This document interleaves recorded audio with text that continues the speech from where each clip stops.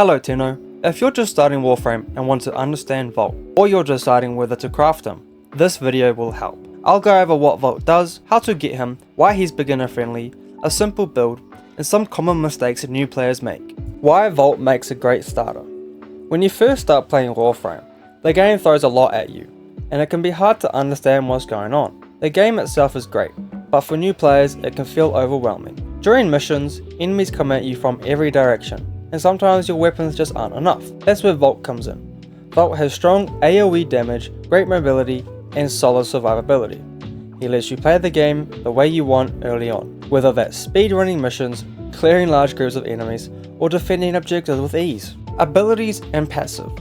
Vault has 4 abilities that are simple to use and very effective early on. His first ability, Shock, fires an electric projectile that damages and stuns enemy. It can also chain between multiple attacks, making it great for crowd control early in the game. His second ability, Speed, sends an electric current through Vault and nearby allies, increasing movement speed, attack speed, and reload speed. This makes missions faster and helps both melee and gunplay.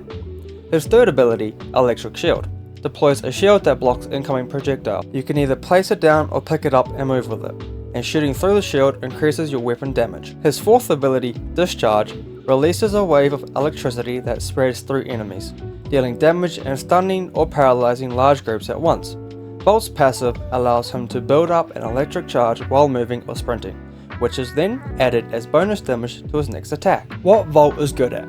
One of the best things about Vault is how flexible he is across different mission types. You're not locked into one playstyle, which is perfect when you're still learning the game. On fast missions like Rescue and Capture, Vault's speed lets you get in and out quickly without fighting everything along the way.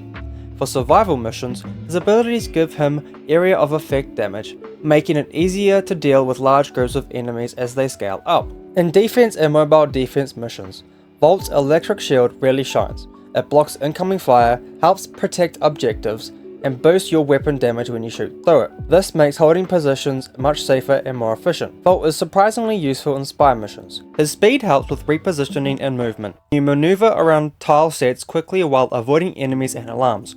Overall, large groups of enemies don't stand much of a chance. Between Vault's crowd control, stuns, and weapon damage bonuses, he gives you tools to handle almost every mission type early in the game. How to get Vault.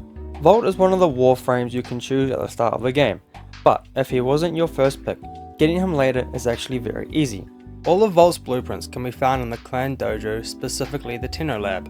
This is great for beginners because you don't have to repeatedly farm the same boss or mission and rely on RNG to get his parts. The only requirement is being in a clan. In some cases, you may need to contribute a small amount of resources to the research, but most active clans have already completed this. If that's the case, all you need is credits to purchase the blueprints and then build Vault in your foundry. Because of this, Vault is one of the easiest Warframes for new players to obtain if you join a clan early. Why I chose Vault. If you're anything like me and enjoy fast characters, Vault is an easy choice. I remember seeing Gauss Prime pop up on my Instagram and thinking, yeah, this is the game I want to play. When I actually started Warframe and saw Vault's speed ability, I picked him almost instantly. Vault has stayed my main choice because of how easy he is to use and how versatile he is.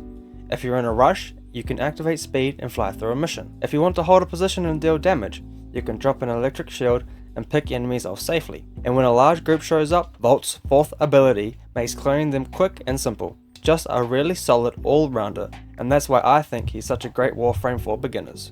Beginner build. Now, let's go through a beginner Vault build that you can naturally obtain just by playing through the story. Our first mod is Flow. Flow increases the amount of energy your Warframe can hold, allowing you to cast abilities more often before running out. Next is Streamline.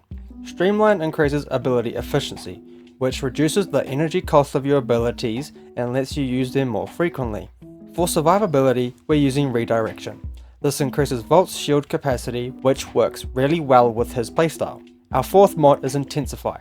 This increases ability strength, making Vault's abilities hit harder and feel more impactful. The fifth mod is Continuity. This increases ability duration, meaning abilities like Speed and Electric Shield stay active for longer. Next up is Fast Deflection. This increases your recharge rate and reduces the delay before your shields start recharging, helping Vault stay protected during fights. Our seventh mod is Equilibrium. This allows health pickups to give you energy and energy pickups to give you health, which is great for early game sustain. Finally, we're using Stretch. Stretch increases ability range, letting Volt hit more enemies and cover more space with his abilities. This build keeps Volt simple, effective, and beginner friendly while you're still progressing through the star chart. Beginner mistakes. One common mistake I see beginners make is spamming Volt's second ability, Speed. Spamming Speed isn't necessarily a bad thing, but using it too often can drain your energy very quickly. When that happens, you might find yourself without enough energy to cast Discharge when you're surrounded by enemies and really need it. Another mistake is not using Volt's electric shield enough. Volt's shield is extremely versatile. It can be placed in one spot to protect objectives like defense targets or mobile defense terminals, or it can be picked up and carried to block incoming damage while you move. On top of that, shooting through the shield gives your weapons a damage boost, which a lot of beginners completely overlook. A third mistake beginners make is using Discharge without positioning. Casting Volt's fourth ability in the middle of nowhere or with no enemies nearby wastes a lot of energy. Discharge works best when enemies are grouped together, so timing and positioning make a huge difference in how effective it is. Now we're going to go over that beginner build in practice. So as you can see, I'm not worried about focusing on the enemies, I'm just rushing to the objective. And now I'm waiting for groups to come together before I use Discharge and Shock. That way I can get the most out of my abilities. Now I'm not trying to focus on fighting all the enemies, I'm just using speed to get from A to B as fast as I can. Before popping Discharge, I also like to look at the mini-map. That way I can get, a little visual of how many enemies are around me, and that way I know for sure I'm going to get the most value. I also used my shield a lot in this mission because I was running level 10 or lower weapons, just to make sure I was getting the most out of this build for you.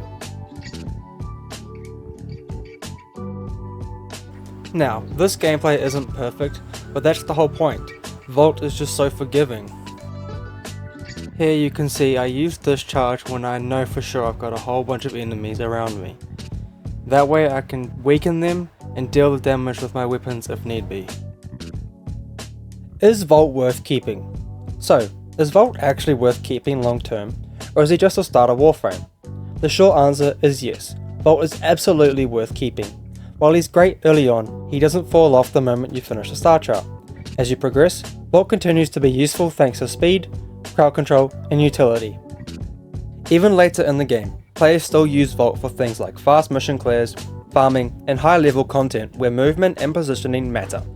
His electric shield also stays relevant because of the damage boost it provides, especially when paired with stronger weapons. What makes Volt special is that he grows with you. Early on, he's simple and forgiving, but as you learn more about mods and builds, he has room to scale and improve without needing to be replaced immediately. So if you pick Volt as your starter, or craft him early, you're not wasting your time or resources. He's a Warframe you can comfortably keep using while you learn the game and even beyond that.